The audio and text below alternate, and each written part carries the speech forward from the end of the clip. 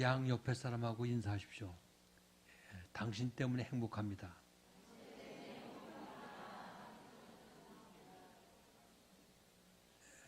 행복하셔야 돼요.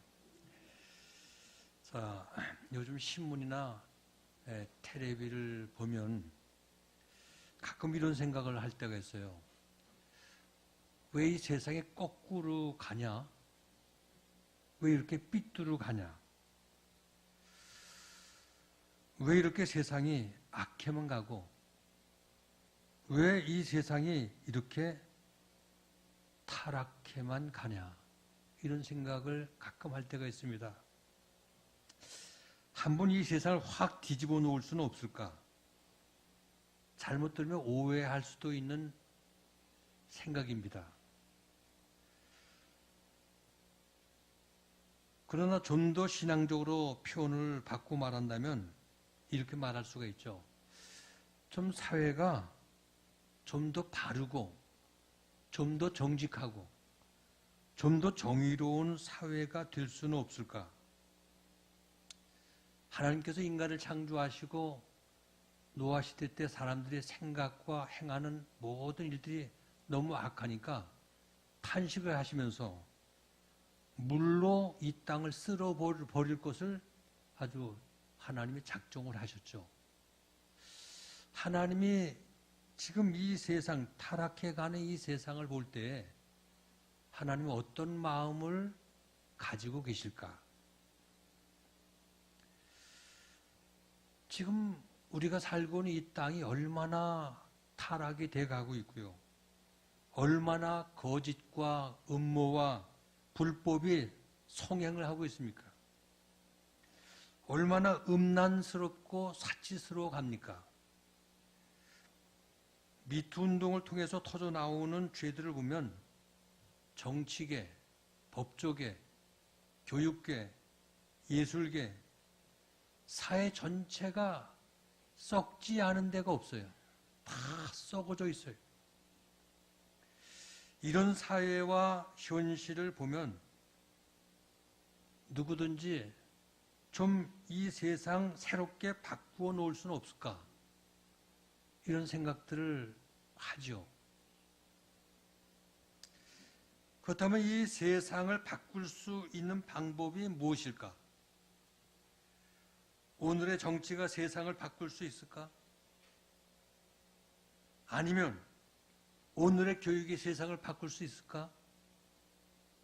오늘의 법을 만들어서 세상을 바꿀 수 있을까?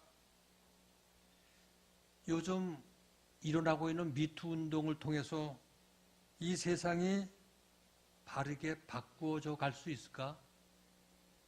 중요한 것은 아무리 정치를 바꾸고 제도를 바꾸고 교육제도, 법의 시스템을 바꾼다 하더라도 인간이 바뀌어지지 않으면 아무것도 변할 수가 없다는 사실입니다.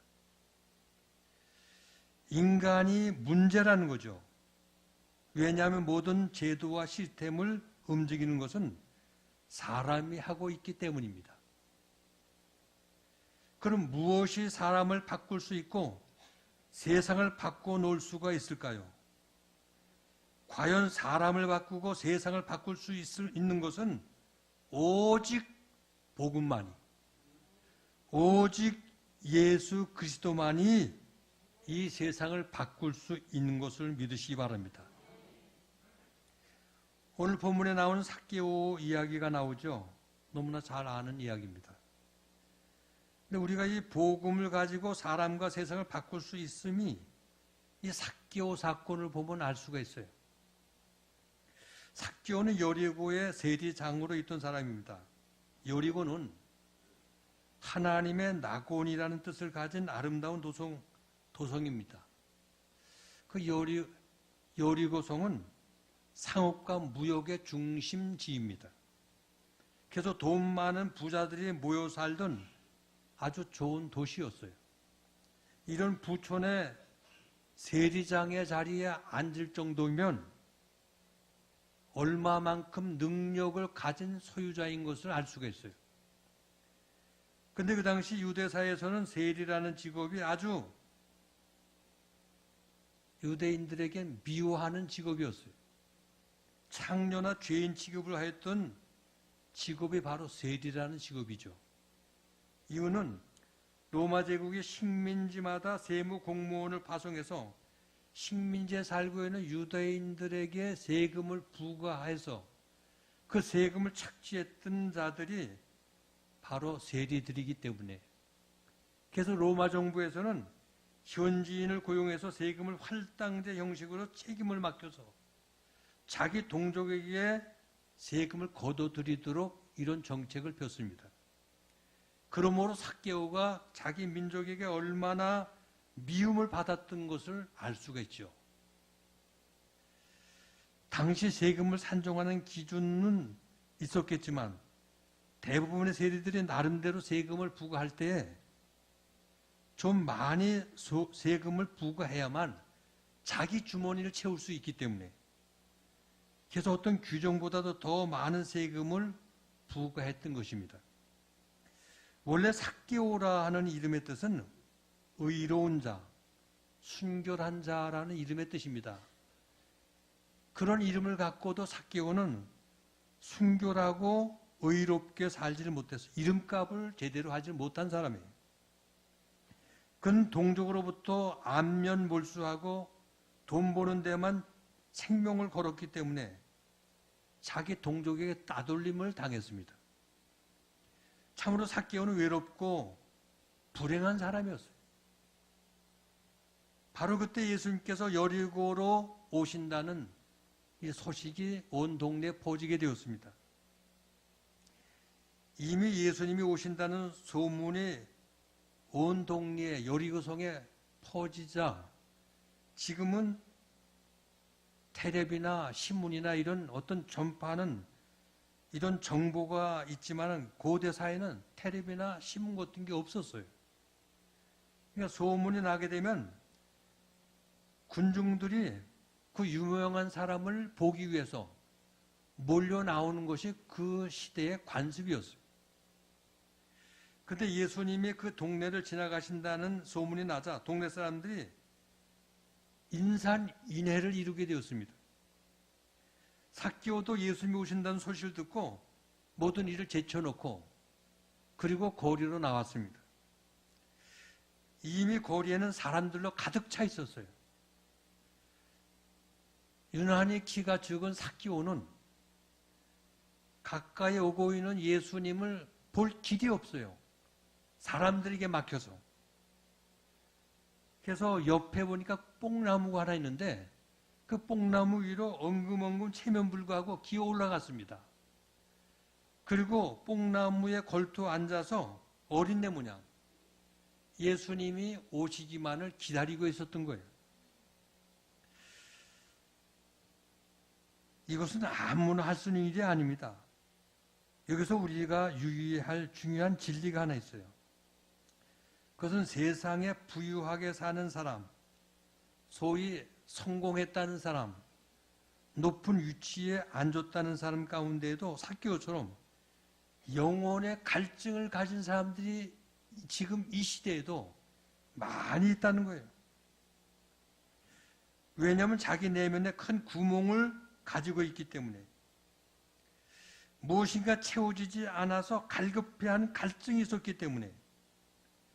그런데 예수님이 오신다는 말을 듣자 한번 만나봐야 되겠다. 그렇게 생각을 삭개오가 한 것이죠. 이러한 삭개오 같은 사람이 우리 주변에 많이 지금도 있다는 거예요. 그들의 내면에는 갈증과 허무감이 있기 때문에, 마음에 큰 구멍이 뚫려 있기 때문에, 그 공허함 때문에 뭔가를 만나고 싶어 한다는 거죠. 오늘 여러분들은 이런 분들을 어떻게 보고 계신가요? 그들의 내면은 보지 못하고 겉으로만 보이는 그들의 살고 있는 큰 집, 이것만 여러분들은 보고 계신가요? 아니면 그들이 앉아있는 높은 지위, 그 위치만 눈에 들어오고 있는가요? 아니면 그들이 가지고 있는 막대한 재산과 재물만이 눈에 들어오는가요? 만약에 그렇다면 우리의 눈은 사람을 바로 보는 눈이 아니라는 거죠. 우리는 내면을 바로 볼 수 있는 눈을 가져야 된다는 겁니다. 집이나 재산이나 겉으로 꾸미고 있는 높은 그들의 어떤 위치, 이게 중요한 게 아니라 우리는 영적 눈을 가지고 그들의 내면의 깊은 곳을 볼 줄 아는 눈이 있어야 된다는 거예요. 그럴 때 그들에게도 예수님을 전하게 되겠다는 생각을 가지게 되기 때문입니다. 드디어 예수님이 가까이 지나가시게 되었습니다. 예수님이 나무 위에서 기다리고 있는 삭개오를 모르고 그냥 지나가실 리가 없으셨어요. 예수님께서는 가는 발걸음을 멈추시고 삭개오야 내려오라 하고 명령하셨어요. 내가 오늘 너의 집에 유하여야겠다. 그 말을 들었던 삭개오는 너무 기뻐서 나무에서 주르르 내려왔습니다. 그리고 예수님을 모시고 집으로 가게 되었습니다. 집에 들어온 예수님과 함께 삭개오는 마주 앉았습니다. 마주 앉고 주님과 얘기하는 삭개오는 변화가 일어났어요. 삭개오의 심령 속에 영혼이 깨어지고 부서지고 회개의 역사가 일어나기 시작합니다. 얼마 후에 삭개오가 벌떡 일어나더니 주님 앞에 고백을 합니다. 주님, 내 재산 절반을 가난한 사람들에게 나누어 주겠습니다.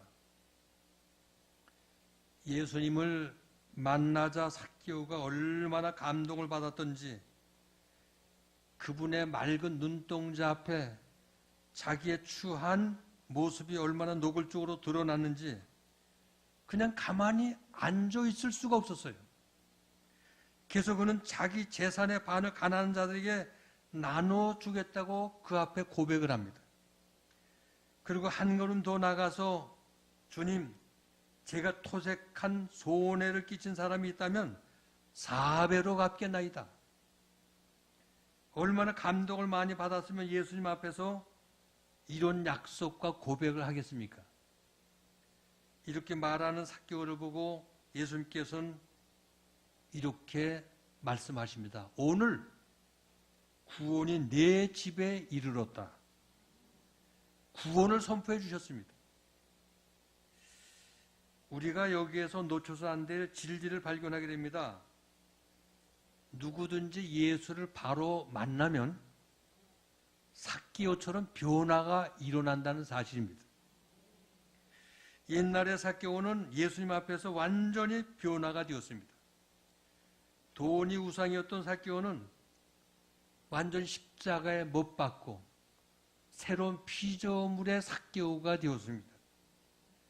이제 예수 안에서 삭개오는 새 사람이 되었습니다. 이렇게 변한 삭개오를 보시고 주님 말씀하십니다. 너도 아브라함의 자손이다. 그렇다면 오늘 삭개오가 변화되는 과정을 크게 세 가지로 한번 생각해 보고자 합니다. 첫째, 삭개오는 돈에서 마음이 떠났습니다. 다 같이 삭개오는 돈에서 마음이 떠났다. 그동안 삭개오의 삶은 돈이 하나님이었습니다. 자기의 동족까지 착복을 하면서 팔아가면서 돈을 뜯어낸 이게 삭개오의 삶이었어요. 그러나 예수를 만난 이후에 돈에서 마음이 떠났습니다.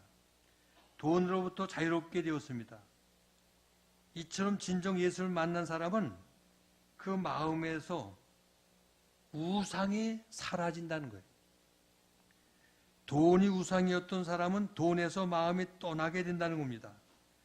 정욕이 우상이었던 사람은 정욕에서 마음이 떠나게 됩니다. 세상을 보는 가치관이 달라진다는 거예요. 예수님을 만나면 이런 변화가 우리 안에서 일어나게 되는 것을 믿으시기 바랍니다. 과연 우리 자신에게도 이런 변화가 일어나고 있는지 한번 살펴보시길 바랍니다. 변화가 있다면 내가 예수 믿고 구원받았다고 말할 수가 있기 때문입니다. 불행하게도 한국교회 비극은 입으로는 예수를 고백하는데 실상 내면은 돈의 노예가 되어 돈에게 끌려다니는, 이게 오늘 한국교회의 모습입니다. 돈이 하나님이 되어버렸다는 겁니다. 돈 이야기만 하면 믿음도 하나님도 다 소용없고 돈이 전부가 되어 있기 때문에, 그래서 이 사회가 변하지 못하고 있다는 겁니다. 우리가 안 믿는 사람과 다른 점이, 뭐가 다른 점이 있습니까? 돈에 대한 생각이 세상 사람과 똑같다는 거예요. 그래서 사회가 변하지 않고 있다는 겁니다.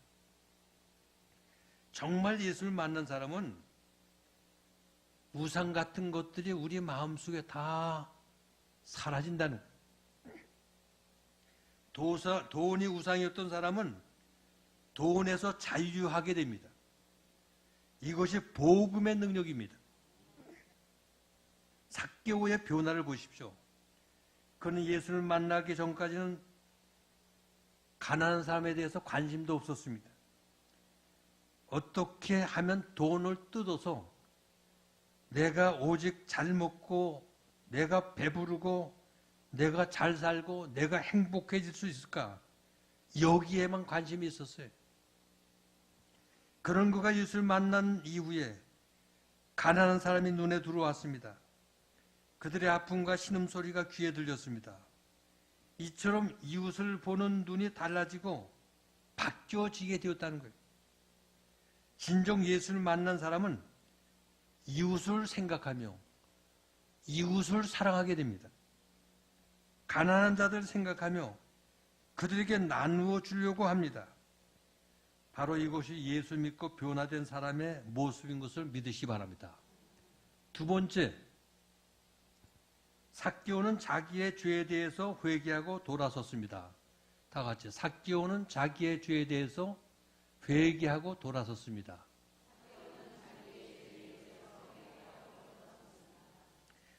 진정한 회개는 자기의 잘못을 뉘우치고 돌아서는 거예요.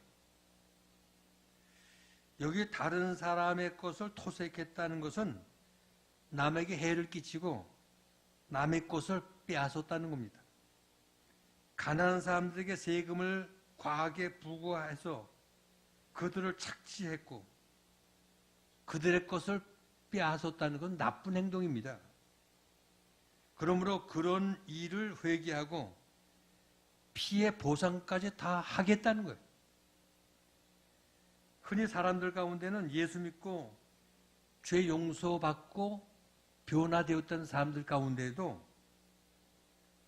옛날에 다른 사람들에게 끼친 피해 보상에 대해서는 묵묵부담인 사람들이 많아요. 남에게 입힌 피해에 대해서 변상하지 않고 그냥 무마하고 신앙생활하는 사람들이 많이 있다는 거예요. 이건 진정한 회개가 될 수가 없어요. 우리는 모두 예수님을 만나면 삭개오처럼 변상하고 회개하는, 이게 진정한 회개라는 거예요. 이웃에게 입힌 피해를 변상해야 자신의 잘못에 대해서 진정한 회개를 바르게 한다는 것입니다. 우리 모두가 삭개오처럼 회개하고 변화가 될 수 있다면 이 사회는 바뀌어진다는 거예요. 근데 문제는 우리에게 이런 변화가 일어나지 않고 있다는 사실입니다. 이제 살아계신 주님께서 삭개오를 만나듯 우리를 만나 주셔서 잘못된 길에서 돌아서고 잘못된 것을 바르게 고치고 진정한 변화가 내게서부터 내 가정과 우리 모두에게 일어나기를 주의 이름으로 축원합니다. 세 번째, 삭개오는 예수님 앞에 한 약속을 행동으로 옮겼습니다. 다 같이 삭개오는 예수님 앞에 한 약속을 행동으로 옮겼습니다.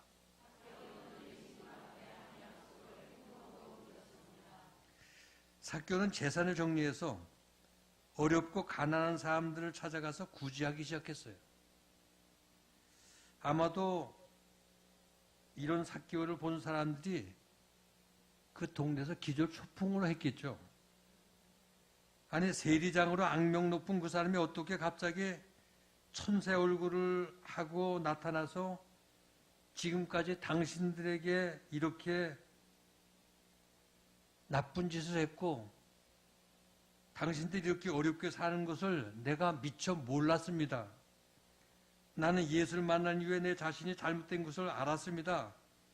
작은 것이 좀 받으십시오 하고 어려운 집들을 찾아다니면서 집집마다 구제를 하는 거예요.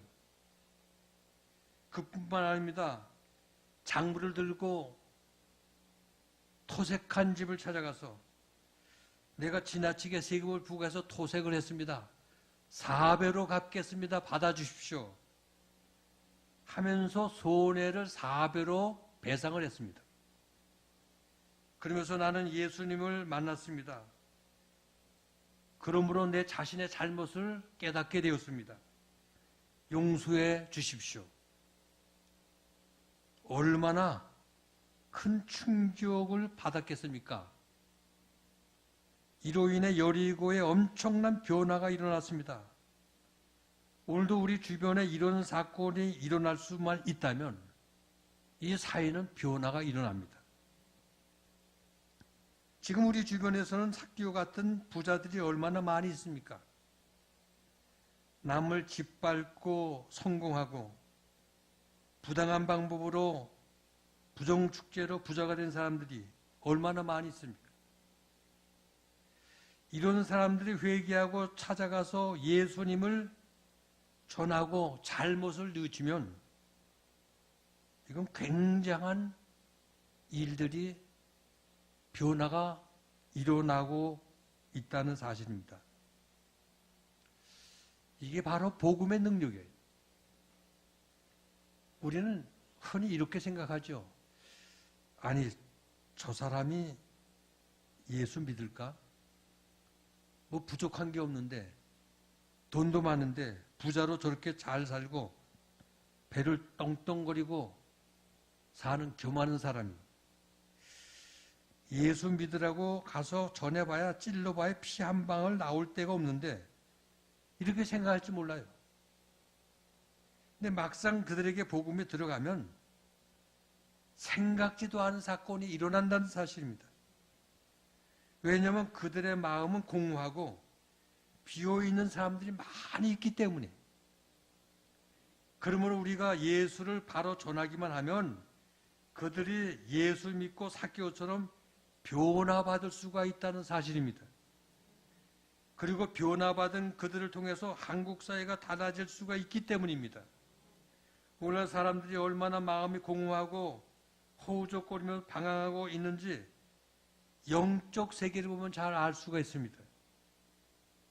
지금 우리가 살고 있는 서울 장안은 겉으로만 볼 때 아름답고 빌딩이 쭉쭉 올라가고 멋있지만은 내면을 들여다보면은 범죄 소굴이요, 소돔 고모라 성과 다를 바가 없는 죄악의 도성에 우리가 살고 있는 서울 장안에 얼마나 음란한 세상인지, 동성애와 성폭력과 마약과 미성년자 성추행과 가정폭력과 각종 범죄 사건들이 서울 장안을 뒤덮고 있어요. 돈이 있다는 사람들과 성공했다는 사람들과 높은 위치에 올라가 성공했다는 사람들이 오히려 더 타락이 되고 더 오히려 중악한 죄를 짓고 있다는 사실입니다. 단순한 외도 정도가 아니라 좀 더 흥미와 쾌락에 자극을 더하고자 마약을 하고 어린 미성년자에까지 접근을 하는 이런 세상입니다.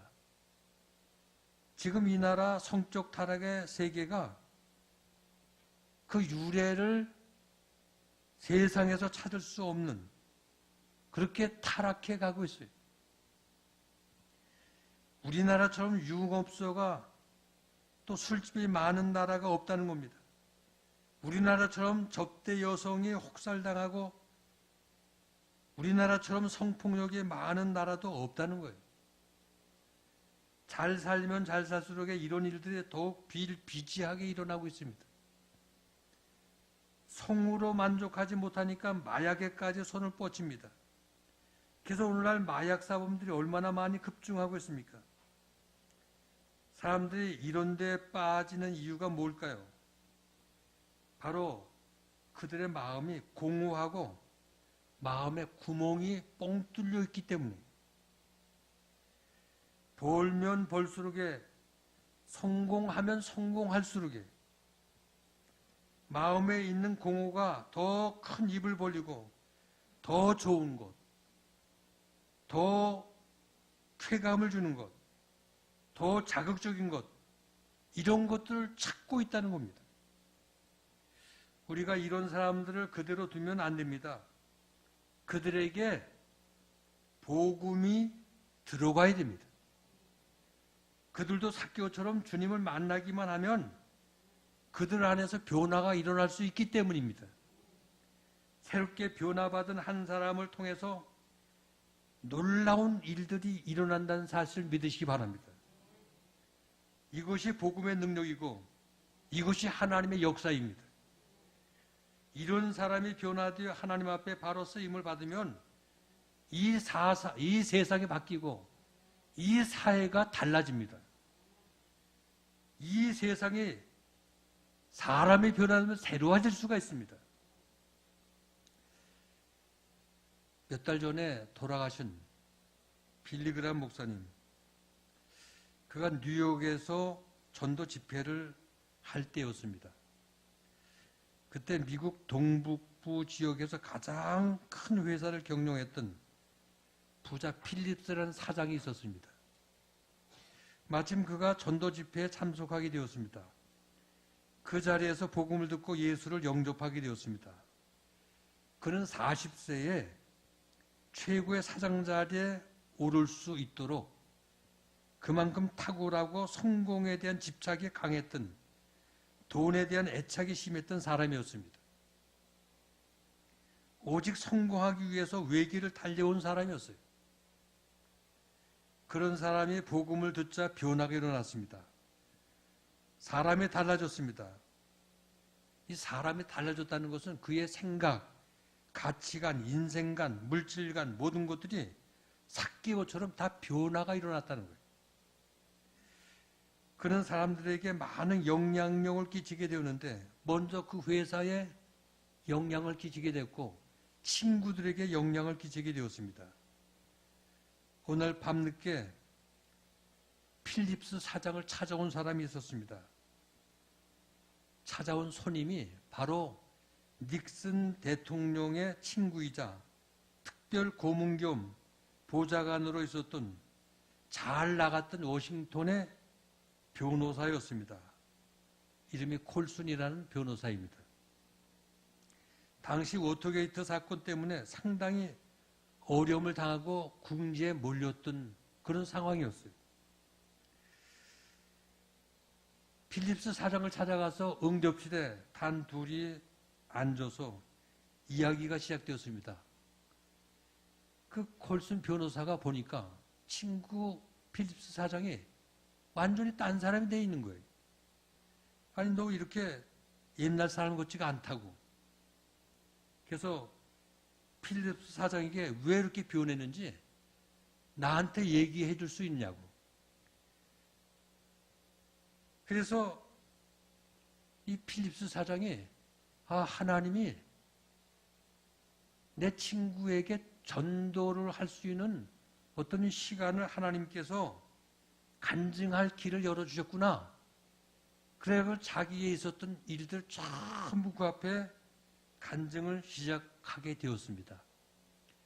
그러면서 친구 콜슨, 자네도 내 인생을 알다시피 나는 밤낮 일만 하고 성공을 위해서 달려온 사람이야. 그리고 내가 가지고 싶은 것은 다 가져보았어. 하지만 무언가 내 마음속에 부족한 것이 있었어. 나는 정말 마음이 허전했고 때로는 한밤중에 일어나 침실 복도를 거닐기도 하고 몇 시간씩 바깥 어두운 데 가서 방황도 했었네. 이처럼 내 마음은 공허하고 큰 구멍이 나 있었는데 그러던 어떤 날 뉴욕에 출장을 가게 됐어. 근데 빌리그람 목사가 집회를 한다는 포스터를 보고 거기 가면 무언가를 해결받을 수 있다는 어떤 그 생각이 들더랍니다. 그래서 그 집회에 좀 참석을 해봐야 되겠다. 찾아갔답니다. 찾아가서 설교를 듣는데 무언가를 깨닫게 됐다는 거예요. 내게 무언가 부족한 것이 있구나. 이 부족한 것을 설교 말씀 속에서 발견하게 됐다는 거예요. 내가 아직도 모든 걸 다 가졌다고 인생을 살았는데 아직도 갖지 못한 예수가 있고 내 인생의 삶을 그 예수께 맡기지 못한 두 가지 부족한 것을 설교 말씀을 통해서 깨닫게 되었다는 겁니다. 그래서 영접하는 시간에 벌떡 일어나서 예수를 영접을 했다는 거예요. 결단하는 시간에. 그래서 마음속에 예수를 영접한 그 순간에 신비하게 내 마음에 평안이 오면서 마음이 그렇게 기쁘더라는 거예요. 이걸 간증하면서 여보게 내가 그 예수를 영접하고 예수께 모든 걸 맡겼더니 내 마음이 그렇게 평안해지고 이렇게 변화가 되었어. 자네도 그 예수를 영접하고 그 예수께 내 인생을 전부 맡겨보게. 그리고 헐슨 손을 붙들고 그 필립스 사장이 나하고 함께 기도하게나 그 예수를 영접하고 그 예수님께 맡기게. 그리고 손을 붙들고 기도하는 순간에 전기에 감전되듯이 뭔가 찌르르하는데 전륜이 막 가슴으로 흘러 들어오더래요. 그러면서 전기에 감전되듯이 찌르르하면서 눈물이 막 쏟아지는 거예요. 눈물이 쏟아지면서 한참 기도를 하고 솟구치는 눈물 때문에 창피하기도 하고 허겁지겁 복받쳐 오르는 그 눈물 때문에 간신히 기도를 끝낸 다음에 인사를 하는 둥 마는 둥 바깥으로 뛰어나왔답니다. 차문을 열고 차 키를 가지고 시동을 거는데도 계속 눈물이 쏟아지더래요. 눈물이 쏟아져가지고 길을 가다가 차를 세워놓고 1시간 동안을 펑펑 울었다는 겁니다. 그랬더니 그렇게 혼자서 울었는데 그 흐느끼는 울음 속에서 가슴 속에 워터게이트 사건 때문에 막 걱정하고 근심했는데 모든 근심, 걱정, 불안이 다 씻어져 나가고 뭔가 마음의 평안을 가지고 해방된 느낌이 마음속에 확 오더랍니다. 그러면서 그 눈물이 온몸을 깨끗이 씻어낸 이런 느낌을 받았다는 겁니다. 그는 처음으로 기도라는 기도를 몰랐는데 주님 앞에 처음 입을 열어서 기도를 했대요. 주님, 모든 걸 주님께 맡깁니다. 주님 내 마음에 영접하시고 들어오셔서 내 인생을 주님께 맡기오니 주님께서 이끌어달라고 그랬더니 마음의 평안과 기쁨이 민물처럼 마음에 넘치더래요. 그래서 콜소는 그날 밤 그 경험을 평생 잊을 수가 없었다는 겁니다. 그해 1974년도에 워터게이트 때문에 유죄 판결을 받고 7개월 동안 교도소에 들어가서 복역을 하면서 교도소 안에서 전도를 했다는 거예요. 그리고 출감 이후에 교도소 선교회를 조직해가지고 전 세계 형무소 수감자들에게 복음을 전하는 일을 일평생 지금도 계속하고 있다는 거예요. 그를 통해서 엄청난 놀라운 일들이 일어나고 있는데 교도소 문화가 변화가 일어나는 거예요. 재수자들의 인권 문제가 개선되기 시작했고 전 세계 교도소에 수감된 많은 죄수들이 예수를 영접하고 절망 속에 있던 교도소 안에서 희망을 갖게 되고 용기를 갖게 되는 이런 일들이 계속 일어나고 있다는 겁니다. 그는 현재 1000여 개에 되는 방송과 라디오 프로그램을 통해서 복음을 증거하고 있고 기독교의 현대 고전으로 평가받는 우수한 책들을 한 10여 권 이상을 집필을 했어요. 그래가지고 1993년도에 종교계 노벨상이라고 하는 템플상, 템플턴상을 그가 수상받게 되었습니다. 그리고 지금도 지칠 줄 모르고 교도소를 찾아다니면서 복음을 전합니다. 그 한 사람 때문에 사회에 가장 극악한 그 교도소 안에 변화가 일어나게 되었다는 겁니다. 이것이 복음의 힘이고 복음의 능력인 것을 믿으시기 바랍니다. 그러나 먼저 우리 자신이 변해서 이 세상을 바꾸어야 하고 그 다음 내 주변에 있는 사람을 전도해서 주님을 만나게 해서 변화를 일으키는 운동을 우리가 해야 됩니다. 이것이 세상을 바꾸는 대안입니다. 이것이 이 사회를 하나님의 나라로 바꾸어 나가는 유일한 길인 것을 믿으시기 바랍니다. 사랑하는 의제있게 성도 여러분, 우리는 복음의 능력을 믿습니다. 성령의 역사를 믿습니다. 예수 그리스도를 통해 나타날 변화의 역사를 믿습니다. 그렇다면 이 세상을 보고 낙심만 하지 마십시오. 우리가 바로 되면 세상이 바뀌어질 수 있습니다. 우리가 전도해서 주변 사람들이 예수를 만나면 세상이 바뀌어지고 사회가 변합니다. 이런 꿈을 가지고 먼저 나 자신이 변하고 세상을 변화시키고 정말 이 민족을 구원해내는 우리 제일교 성도들 다 될 수 있기를 주님의 이름으로 축원을 드립니다.